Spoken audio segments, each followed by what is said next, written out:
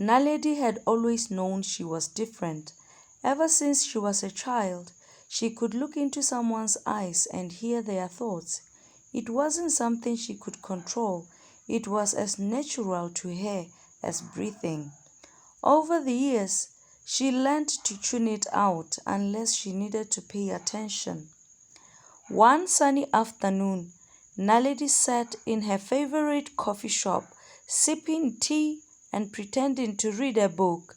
The hum of thoughts around her was a background buzz she'd learned to ignore, but every so often a thought would break through the noise.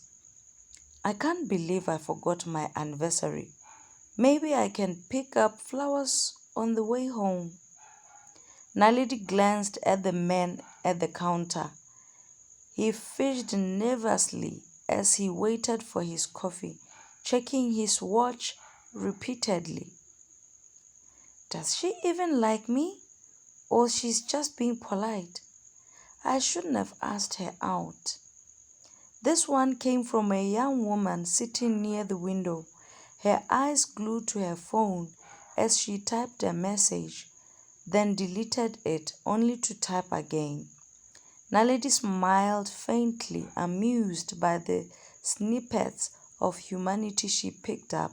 She turned a page in her book, ready to dive back into her own thoughts, when another voice pierced through the hum. This has to work. Amu trusts me. She doesn't need to know the real plan. Once the money is mine, I'm gone. Naledi froze, her gaze snapping to the man sitting a few tables away. He had an uneasy smile and confident posture, leaning forward as he spoke to the young woman across from him. She was laughing, her face lit up with innocence and joy. Amu is so naive. Lerato and I will live like royalty once this is over. Just need to keep her happy for a few more days. Naledi's stomach churned. This man, whoever he was playing the woman in front of him, and she had no idea. The woman who Naledi now knew as Amogelang was smiling brightly. Kabelo, I'm so proud of you, you know. I know this business will be amazing. You are so smart and hardworking. Kabelo took her hand, his voice smooth. Thank you, Amu. I couldn't do this without you. You are my everything. Naledi's chest tightened as she heard Kabelo's thoughts again. If only she knew I say this to all of them. She's too easy to fool. Unable to sit any longer, Naledi stood and approached their table. Dumelang, how are you? She said warmly, forcing a polite smile. I'm sorry to interrupt, but I think I've seen you around. May I join for a moment? Amogelang, ever gracious, gestured to an empty chair. Of course, I'm Amogelang, and this is Kabelo. Kabelo's charming smile fluttered for a fraction of a second before he nodded. Dumelang, how are you? He said smoothly, but his thoughts betrayed his annoyance. Who is this now? She's going to ruin everything. Naledi sat, her gaze steady on Kabelo. It's nice to meet you both.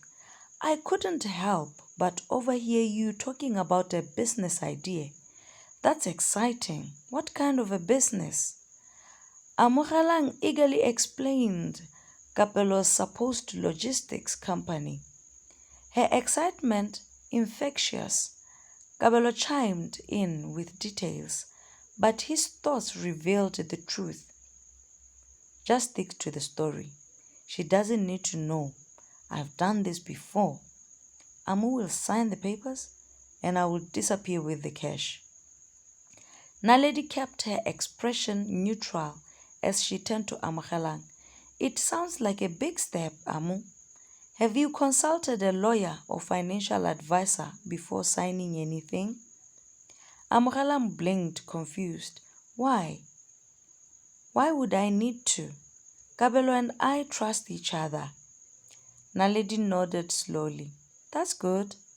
But it's always wise to double check everything, especially with big financial decisions.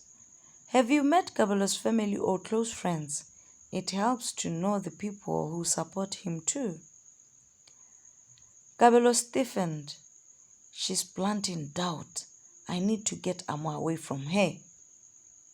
My family isn't supportive, Kabelo said quickly. His voice changed with sadness. It's just me and Amo against the world. She's the only person I trust. Amogalan looked at Kabelo with concern.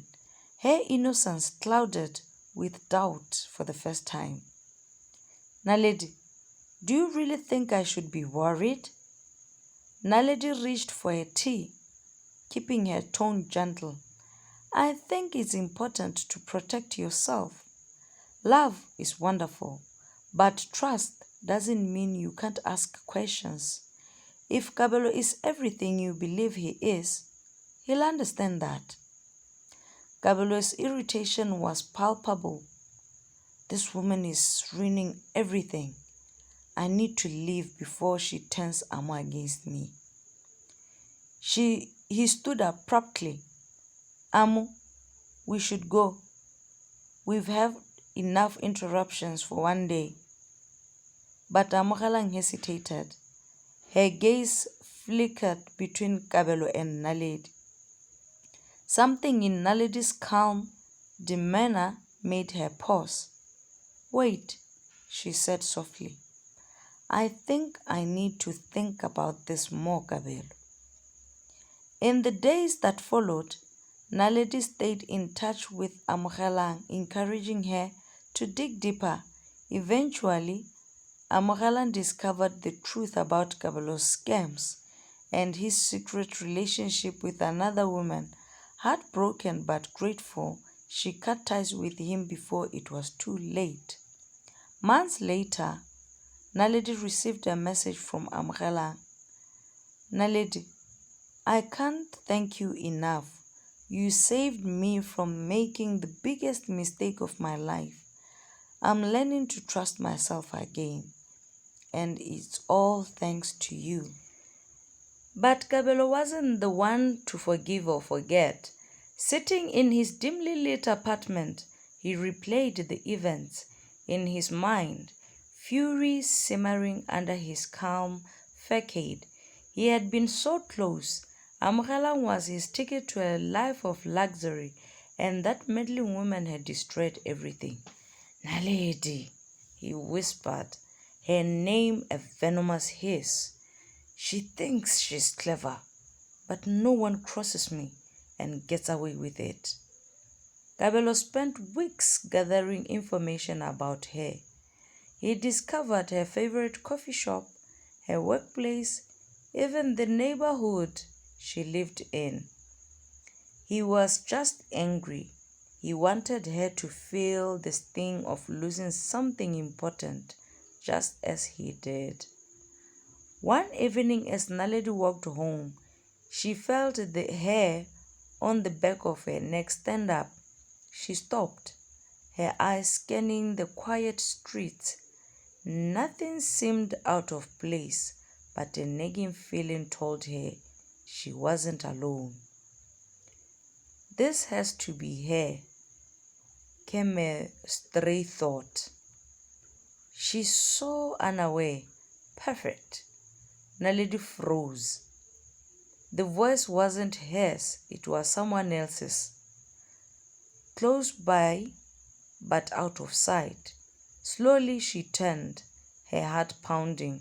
A man stood under a streetlight, his face partially hidden by the shadow of his cap. Kabelo. So you like getting into other people's businesses, he said, his voice cold, his charm replaced by menace. Naledi took a step back, keeping her voice steady. Kabelo, I was wondering when you'd show up. He sneered, stepping closer. You think you are clever, do you? Saving Amogelang, ruining my plans. But you don't know who you're messing with. Naledi's gift kicked in. His thoughts flooded her mind. He was here to scare her, to make her regret interfering. But deeper than that, there was fear. He was losing control, and he hated it. Funny, Naledi said, her calm tone throwing him off. You think fear is power, but it's not. You're terrified, Kabel, of being caught, of being nothing. Kabelo fluttered, her words hitting too close to home. Shut up! He snapped, his voice cracking. Naledi held her ground. This ends now. Leave me, Amogelang, and anyone else you are scheming. Leave them alone. Because if you don't, Kabelo, I'll make sure everyone knows who you really are. For the first time, Kabelo hesitated. The quiet confidence in her voice unnerved him. He didn't know how she knew so much, but the risk of exposure was too great. You'll regret this, he muttered before retreating into the shadows.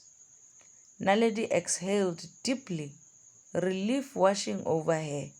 She knew Kabelo wouldn't change overnight, but she also knew one thing for certain. He would think twice before coming for her again. And if he ever did, she'd be ready.